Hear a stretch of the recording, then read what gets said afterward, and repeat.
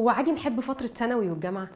عادي ولا مش عادي؟ عادي ولا مش عادي؟ تعالى اقول لكم الاراء بتقول ايه في الموضوع ده، وبعدين هقول لكم رايي في الاخر. علماء النفس شايفين ان المراهقين في الفترة دي ما بيعرفوش يفرقوا بين الحب والانجذاب، بسبب ان مشاعرهم لسه بتتكون وفكرهم لسه بينضج، والتغيرات الهرمونية هي اللي بتبقى مأثرة على تفكيرهم في الفترة دي. وحتى مشاعر الانجذاب اللي بيحسوا بيها بتبقى مجرد انعكاس للقصص الرومانسية اللي بيشوفوها حواليهم، وده شبه راي كتير من الناس اللي بيرفضوا الارتباط في فترة المراهقة. وكتير من الناس مقتنعة بالراي ده، ان بلاش ارتباط في السن ده بالذات، لانها فتره في حياتك ومش هتتكرر تاني، فاتبسطي وافرحي بيها مع اصحابك. ليه ترتبطي وتعيشي في جو نازله مع مين وراجعه امتى ولابسه ايه ومفيش نزول وشويه تحكمات كده من اللي انتوا عارفينها؟ والفتره دي انت فعلا محتاجه تنبسطي وتكتشفي الدنيا حواليكي عامله ازاي. في الفتره دي بيحصل خناقات وتعيطي وما بتعرفيش تذاكري وبتشيلي الهم، وبكلمه ما بيردش، لا ده النهارده ما سالش عليا. تفكير طول الوقت فيه اكتر ما بتفكري في نفسك ومستقبلك. وحتى لو ما كانش بتاع خناقات وقرف ونكد، فهو هياخدك من صحابك وهيشغل حياتك وهيحرمك من الفتره اللي انت المفروض تعيشيها. هو اخد فتره مراهقتك لمنحنى تاني خالص، عيشك دور مش دورك اصلا. قولوا لي مين فيكم شايف ان فتره المراهقه نعيش حياتنا بشكل طبيعي تماما ونأجل خطوه الارتباط لبعدين؟ في راي تاني بقى شايف ان الحب والتعلق مش بايد حد، ولازم الولاد والبنات في فتره المراهقه ياخدوا تجربه الارتباط، وطالما بياخدوا التجربه بشكل سوي وسليم فده هيساعدهم ان هم يكونوا شخصيتهم، ويساعدهم في شويه حاجات كده، زي انهم يكتشفوا نفسهم ويحددوا احتياجاتهم العاطفيه. كمان هيعرفوا يعبروا عن مشاعرهم بعد كده، ويتعلموا من اخطائهم، ويعرفوا يختاروا شريك حياتهم صح. وكمان هتزيد عندهم الثقه بالنفس، وهيعرفوا يفرقوا بين الحب اللي بجد وبين الانجذاب. انا رايي بقى ان سواء قلنا او لا، فده عمره ما هيخليهم يبطلوا يحبوا، لكن ممكن ناخد بالنا من شويه حاجات لو مرينا بالتجربه دي. كملوا معايا باقي الفيديوهات وهقول لك تعملي ايه.